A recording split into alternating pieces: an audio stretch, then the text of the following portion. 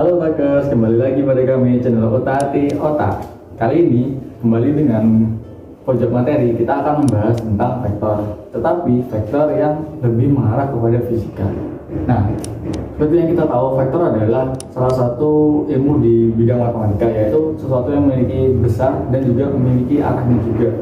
Nah, begitu juga dengan di fisika. Jadi vektor itu dapat kita gunakan dalam ilmu fisika, di mana ketika suatu besaran tidak hanya memiliki besarnya saja, besar nilainya saja, tapi dia memiliki arah dari besarnya itu sendiri. Jadi bisa dikatakan vektor adalah suatu besaran yang memiliki nilai dan arahnya itu sendiri. Oke, bisa kita lihat pada gambar seperti ini, grafis seperti ini. Jadi vektor sebenarnya bisa pada skala mana aja. Ada skala kartesian, ada skala ketika kita menggunakan bola atau silinder, jadi bisa di mana aja. Pertama, untuk yang dasar kita mempelajari pada bidang kartesian. Nah, seperti yang kita tahu, kartesian itu memiliki tiga vektor satuan, yaitu x, y, dan z. Ketika dia memiliki tiga vektor satuan, artinya dia lingkupannya adalah ruangnya adalah 3 dimensi. Ketika kita membahas hanya x dan y saja, maka ruang lingkupnya hanyalah 2 dimensi. Seperti yang kita lihat, ada suatu vektor, yaitu vektor R yang kita simpulkan begini. Jadi vektor R itu dia berada pada bidang kartesian x dan y. Nah, dia adalah dimulai dari ketika pusatnya adalah 0,0. Nah, berakhir pada pusat x, y. Nah, jika seperti ini, maka vektor R memiliki posisi x dan y. Nah, seperti itu. Jadi bagaimana kita bahas ketika vektor di dalam fisika? Ketika kita berbicara secara fisika, dia dapat menentukan, pertama adalah posisi suatu benda atau suatu partikel, suatu titik. Ada juga kecepatan dari suatu benda dan juga percepatan satu benda. Nah, ketiga ini adalah saling keterkaitan, sehingga bisa dikatakan vektor itu dari ketiga ini dapat kita katakan adalah kinematika vektor. Jadi vektor yang kita bahas adalah dalam ruang lingkup gerak suatu benda, kinematika, tanpa mempermasalahkan kenapa benda itu bisa bergerak, penyebab benda itu bisa bergerak. Oke, yang pertama akan kita bahas adalah posisi. Nah, seperti yang kita tahu, posisi itu apa sih? Posisi itu adalah suatu besaran yang skalar, artinya dia hanya memiliki besar nilainya saja, tetapi dia tidak memiliki arahnya. Sedangkan perpindahan, dia memiliki besar dan memiliki nilai dan memiliki arah dari nilainya tadi. Jadi bisa dikatakan posisi merupakan adalah besaran skalar dan perpindahan adalah besaran vektor. Nah, perbedaannya adalah ketika kita membahas posisi, artinya dia hanya memiliki besarnya saja. Bisa dikatakan untuk penulisannya seperti ini.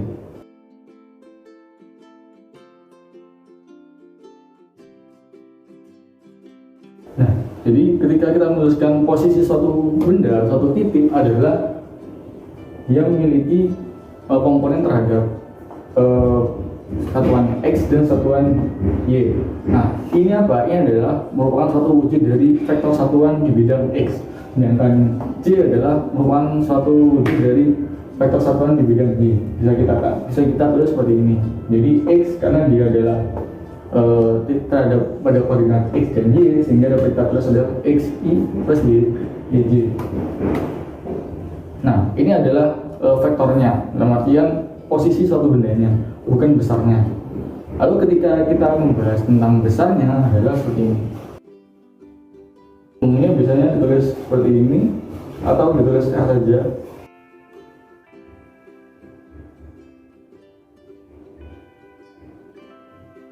Nah, ketika kita membahas besarnya hanya seperti ini, x kuadrat plus y kuadrat. Nah, lalu bagaimana dengan perpindahan?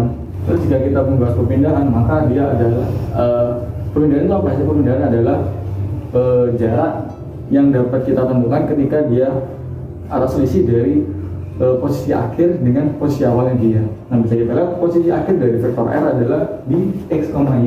Titik awalnya adalah 0,0, sehingga dapat kita katakan bahwa delta R satuan Jadi kalau perpindahan adalah ada deltanya. Deltanya artinya perubahan. Delta X di satuan plus delta Y. Ini untuk perpindahannya. Sedangkan besarnya adalah sama, yaitu delta R sama dengan delta X.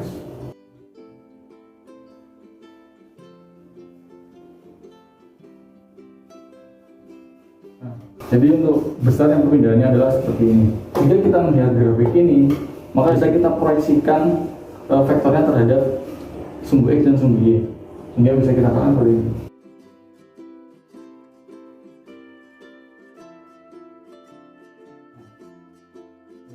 Ini adalah sudut theta, elevasinya adalah theta, sehingga dapat kita tulis. Ini ada tulisannya R terhadap X dan adalah R terhadap Y, sehingga dapat kita tulis bahwa Rx sama dengan, kita menggunakan prinsip segitiga, yaitu cosinus dan sinus. Lalu adalah besar dari nilainya R dikalikan dengan cos theta-nya. Sedangkan RY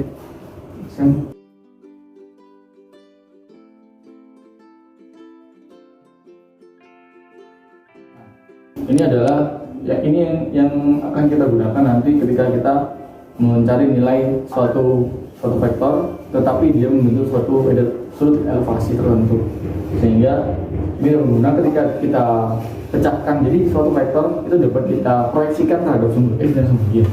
Nah, caranya bagaimana? Dengan menggunakan sudut elevasinya tadi. Jadi seperti ini adalah untuk mencari vektor terhadap sumbu X dan vektor terhadap sumbu Y. Setelah kita membahas posisi, lalu selanjutnya adalah kita membahas kecepatan. Jadi sebenarnya sama seperti dengan posisi, hanya berbeda dia lambangnya adalah V, velocity. Jadi bisa kita ini.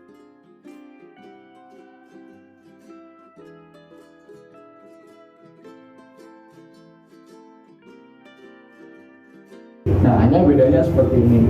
Kalau tadi posisi adalah X dan Y-nya, tetapi kalau kecepatan dia adalah kecepatan terhadap komponen X dan kecepatan terhadap komponen Y. Hanya bedanya seperti itu. Untuk nilai V-nya sama.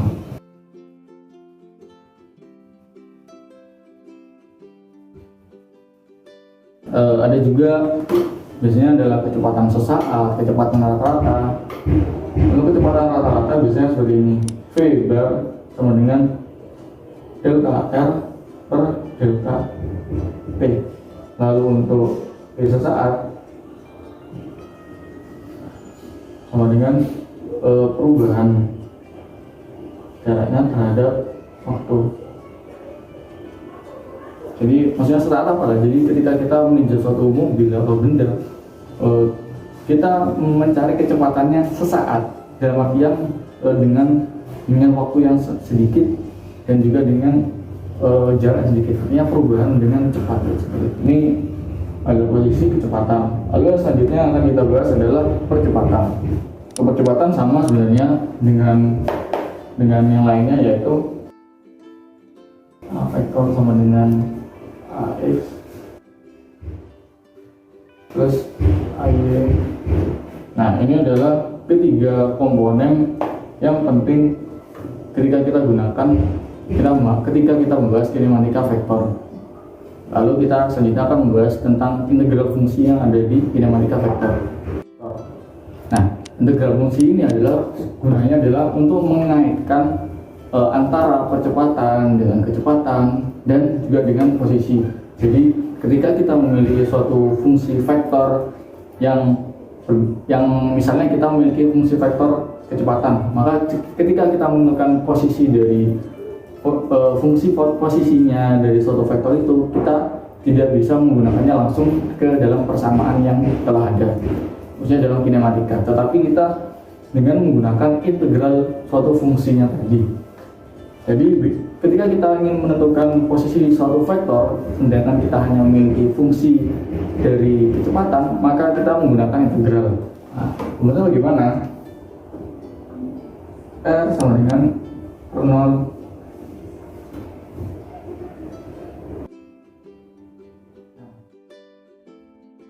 R sama dengan fungsi dari R nanti adalah R0 artinya posisi awalnya dia ditambahkan dengan integral kecepatannya terhadap waktu.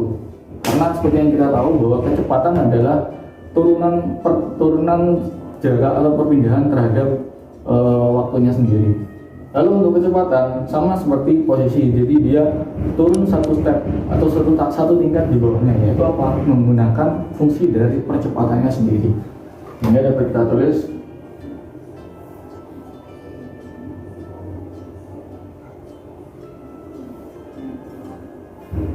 seperti ini. Lalu untuk mencari percepatannya, kita kan tidak memiliki suatu persamaan yang dimensinya di bawah dari percepatan. Maka dari itu kita mengambil dari atasnya, yaitu kecepatan. Sehingga seperti yang kita tahu bahwa percepatan adalah perpindahan kecepatan dalam selang waktu tertentu. Sehingga dapat kita tuliskan A sama dengan dv per dt. Artinya apa? Perubahan dalam selang waktu, perubahan dari kecepatan itu dengan selang waktu tertentu, sehingga dapat kita tentukan adalah A sama dengan dv per dt. Nah, ini yang telah kita bahas di vektor. Selanjutnya kita akan lebih mendalam agar teman-teman bisa paham ke contoh soalnya saja. Oke, kita masuk ke contoh soal yang pertama. Contoh soal yang pertama adalah ada dua vektor gaya, yaitu F1 dan F2 yang sama-sama bernilai 10 Newton. Kedua vektor itu membentuk suatu sudut yaitu 60 derajat. Lalu yang ditanyakan adalah berapa nilai R-nya. R artinya adalah resultan dari kedua vektor ini. Kalau kita gambarkan seperti ini.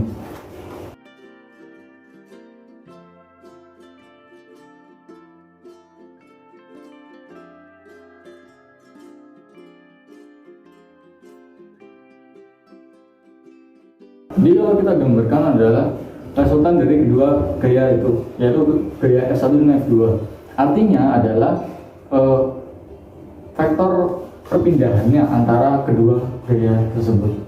Karena seperti yang kita tahu bahwa ketika dia memiliki sudut elevasi, maka dia akan membentuk satu resultan yang saling berpotongan dengan kedua gaya tersebut. Terlebih lagi kedua gaya ini memiliki arah yang berbeda sehingga membentuk sudut elevasi.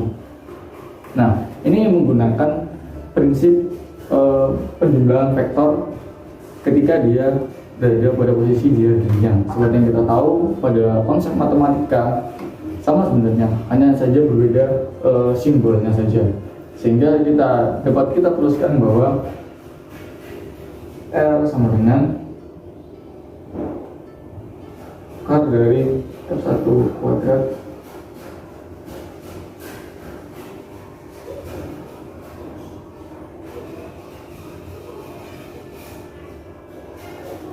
Nah, ini adalah ketika kita mencari resultan dari kedua vektor yang membentuk sudut elevasi, sehingga yaitu akar dari F1 kuadrat ditambah F2 kuadrat ditambahin 2 kali F1 F2 dikalikan cos theta. Nah, langsung kita masukkan, ini permasalahan yang sederhana. Kita masukkan nilai-nilainya.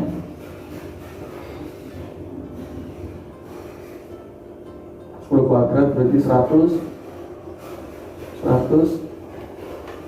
2 kalikan 10 kalikan 10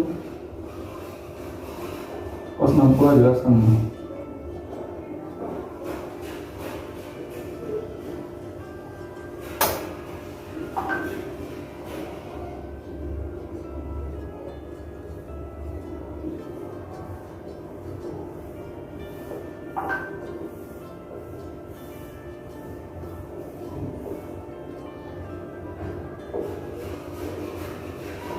Sehingga nilai resultannya adalah 10 akar 3, yaitu akar dari 300.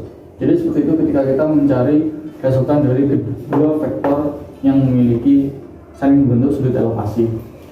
Jadi ini kasusnya ketika dia hanya memiliki dua vektor. Kita lanjut ke contoh soal yang nomor 2. Nah, soal yang kedua ini adalah ketika kita memiliki 3 vektor dan yang ditanyakan adalah resultannya. Jadi ada 3 vektor di dalam satu sumbu koordinat kartesian, di mana ini adalah X-nya, ini adalah Y-nya, dan ini adalah min Y, ini adalah min X-nya. Nah, seperti yang kita tahu, tiga vektornya ini sama-sama berada di ruang yang berbeda. 1, 2, 3, dan 4 berbeda. Jadi arahnya pun sudah berbeda, sehingga kita perlu untuk mencari resultannya adalah kita proyeksikan vektor tersebut terhadap sumbu X dan Y, sehingga dapat kita gambarkan seperti ini.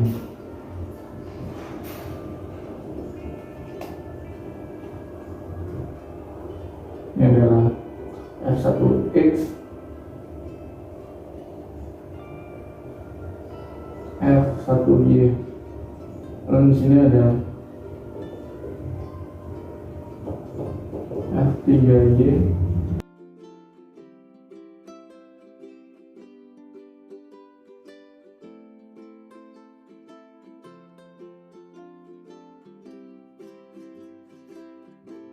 jadi kita uraikan aja. Pertama vektor F1 kita uraikan terhadap sumbu X dan sumbu Y.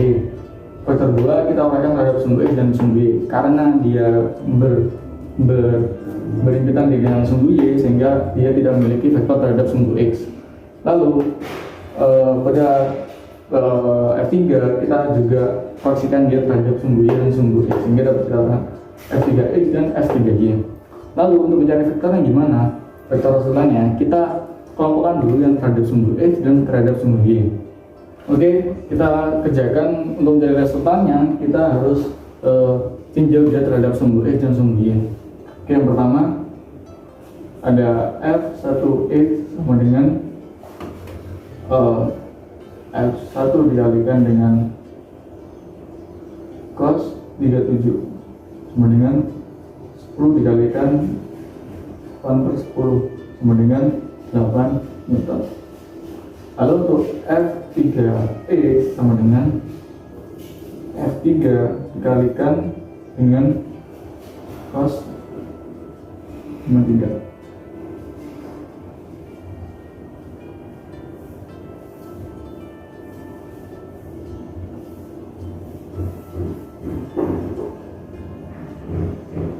Ini 3X sama dengan 9 Newton, tetapi dia berada di ruang kedua, sehingga ketika dia berada di ruang 2 maka nilai cos adalah negatif, sehingga kita tambahkan nilai minusnya. Jadi karena nilai ini, makanya dia nilainya adalah negatif karena dia berada di ruang kedua. Nah, untuk F2X dia adalah sama dengan 0. Karena apa? Karena dia terhadap sumbu Y. Jadi dia tidak bisa kita proyeksikan terhadap sumbu X. Karena apa? Nanti nilainya adalah cos 90. Artinya cos 90 adalah 0, sehingga dapat dihapuskan F2X sama dengan 0. Lalu yang kedua, terhadap sumbu Y, yaitu F1Y sama dengan F1 dikalikan sin, nah yaitu sin 37 karena lapasnya adalah 37 derajat. Kemudian kita masukkan F1 sama dengan 10, sin 37 0,6, berarti dia bernilai 6 Newton. Nah, lalu untuk F3Y sama dengan F1 dikalikan sin 53 sama dengan 15 dikalikan dengan 8/10 sama dengan, kalau kita tahu F3 nya adalah 15 kita kalikan dengan 4/5, berarti dia bernilai 12 Newton. Nah, kenapa dia positif? Karena ketika dia sin berada di ruang 2 dia bernilai positif, berbeda ketika cos dia bernilai negatif. Lalu selanjutnya adalah F2Y. Nah, karena dia menuju ke bawah, artinya dia bernilai negatif terhadap sumbu Y, sehingga dapat kita tuliskan adalah minus 25. Oke, kita lanjut. Nah, kita temukan Fx sama dengan, kita masukkan nilainya 8 min 9 sama dengan min 1 menyimpang. Lalu untuk FY kita masukkan nilainya 6 ditambahin 12 dikurangi 25 sama dengan 7. Nah, untuk mencari nilai R-nya sama dengan akar dari fx kuadrat tambahin fy kuadrat sama dengan kita masukkan nilainya min 1 kuadrat ditambahin min 7 kuadrat sama dengan akar 49 ditambahin 1 berarti 50.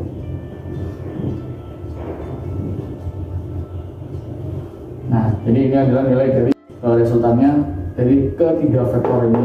Jadi ketika kita memiliki dua vektor, yaitu hanya memperhatikan sudut elevasi vektor satu dengan vektor yang lainnya. Lalu ketika kita memiliki tiga vektor, maka caranya adalah kita uraikan atau kita proyeksikan vektor itu terhadap komponen sumbu X dan sumbu Y. Sehingga kita kelompokkan sumbu X-nya berapa dan sumbu Y-nya berapa, lalu kita kodratkan seperti ini. Sehingga inilah adalah resultan dari ketiga vektor ini. Sekian teman-teman penjelasan mengenai kinematika vektor. Semoga bermanfaat dan bisa berguna buat teman-teman. Dan jangan lupa untuk dukung channel kami yaitu Otak Hati Otak dengan cara subscribe channel kami, like dan share video kami ke seluruh media sosial kalian, dan juga jangan lupa klik tombol loncengnya agar teman-teman bisa selalu update tentang video kita. Kunjungi website kami otaktiotak.com dan juga teman-teman bisa mainkan kuisnya di website kami. Akhir kata, salam dari Sabang sampai Merauke.